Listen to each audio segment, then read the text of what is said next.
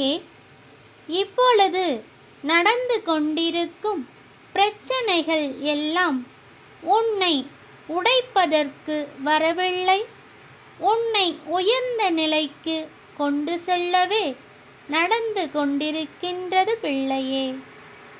நீ கீழே விழுந்த இடத்தை நினைத்து வருந்தாதே. உன்னை உயர்ந்த நிலைக்கு நான் வழிநடத்தி செல்வேன். என் அருள் கரத்தை இறுக பற்றிக்கொள்.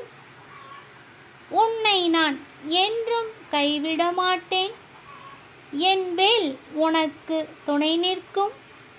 என் அருள் உனக்கு என்றும் வழிநடத்தி செல்லும் பிள்ளையே. ஓம் சரவணபவ. வெற்றிவேல் முருகனுக்கு அரஹரோஹரா.